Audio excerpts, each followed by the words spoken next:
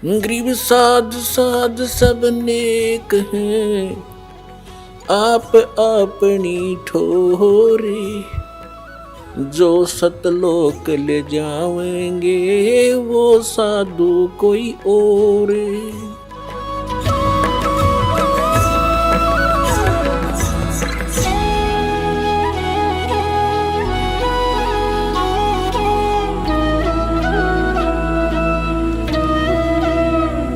आज का जो समागम है ये उसी उपलक्ष्य में, उसी खुशी में मनाया जा रहा है कि परमात्मा ने उस गूढ़ रहस्य को बताने के लिए जो वेद और सदग्रंथों में, गीता जी में जो गूढ़ रहस्य छुपे हुए हैं उनको बताने के लिए परमेश्वर स्वयं ही धरातल पर अवतरित हुए, सह शरीर आए। ये वो शुभ महीना है, ज्येष्ठ मास, और ये आने वाली जो पूर्णमासी है अभी 4 दिन बाद यानी 15 जून की, ये वो शुभ दिन है कि वो परमेश्वर कलयुग में सतलोक से चलकर, सनातन परमधाम से चलकर गति करके सह शरीर आए और भारतवर्ष की पवित्र भूमि काशी शहर में एक लहर तारा नामक तालाब में विकसित कमल के फूल पर वो पूर्ण परमात्मा एक नवजात शिशु रूप धारण करके विराजमान हुए। ब्रह्म मुहूर्त सूर्य उदय होने से लगभग 1.5 घंटा पूर्व के समय को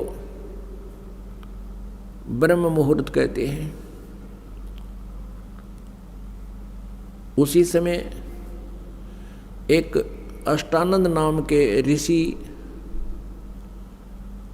वो वहाँ लहर तारा तालाब पर एकांत स्थान देखकर स्नान करते थे, और जैसा भी उनके पूज्य गुरुदेव स्वामी रामानंद जी ने जो साधना करने को बता रखा था, वह कुछ देर बैठकर वो सुबह सुबह भगवान का चिंतन भी किया करते थे।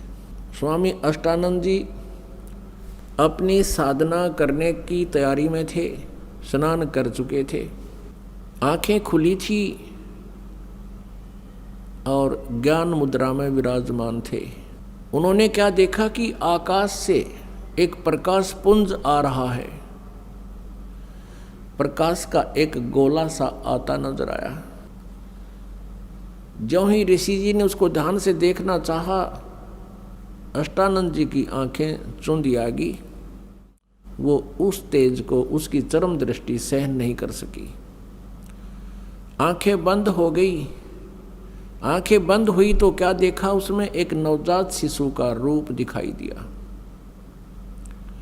जैसे हम सूर्य की तरफ देखते हैं, हमारी ये चरम दृष्टि आंखें नहीं देख पाती, हम आंखें बंद कर लेते हैं या दूसरी साइड में कर लेते हैं, नीचे को कर लेते हैं, तो उसमें सूर्य दिखाई नहीं देता, सूर्य का आकार दिखाई देता, सूर्य का प्रकाश दिखाई नहीं देता, केवल सूर्य का आकार दिखाई देता है, एक गोला सा नजर आता है।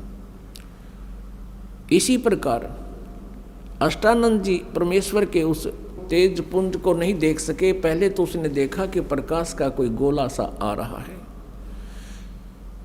फिर आंखें बंद की, फिर दूसरी साइड किया, फिर इधर किया, क्या देखा कि वो नवजात शिशु का वो प्रकाश रहित रूप दिखाई दे रहा है। जैसे सूर्य को देखने के उपरांत उसका प्रकाश रहित आकार दिखाई देता है। और क्या देखता है अष्टानंद जी के वो प्रकाश एक कमल के फूल पर एकत्रित और अदृश्य हो गया। अंधेरा सा था, वो देख नहीं सका, लेकिन इतना तेज प्रकाश अपने आप गति करके आ रहा था, इससे वो अचंभित बहुत हुआ।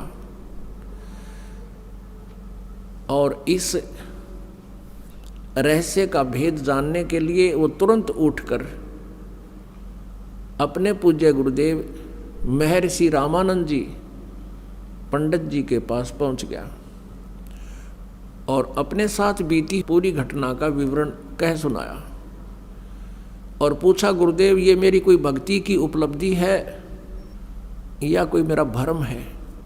ये कोई स्वप्न भी नहीं कह सकते क्योंकि मैं जागृत और खुली आंखों देख रहा था। स्वामी रामानंद जी को जितना भी अध्यात्म ज्ञान था उसके आधार से अपने शिष्य अष्टानंद जी की संतुष्टि करने के लिए उन्होंने कहा कि अष्टानंद, आकाश से जब ऐसे प्रकाश पुंज आते हैं तो वो कोई देव आत्मा होती हैं और स्वर्ग लोक से आते हैं, यहाँ किसी माँ के गर्भ में वो प्रवेश करेंगे और फिर जन्म लेंगे और अपना जिस उद्देश्य से वो आते हैं उस कार्य को वो फिर पूरा करेंगे। ऐसे लक्षण महापुरुषों के अवतरित होने के होते हैं। अब जैसा भी उस ऋषि को ज्ञान था अपने शिष्य को संतुष्ट कर दिया।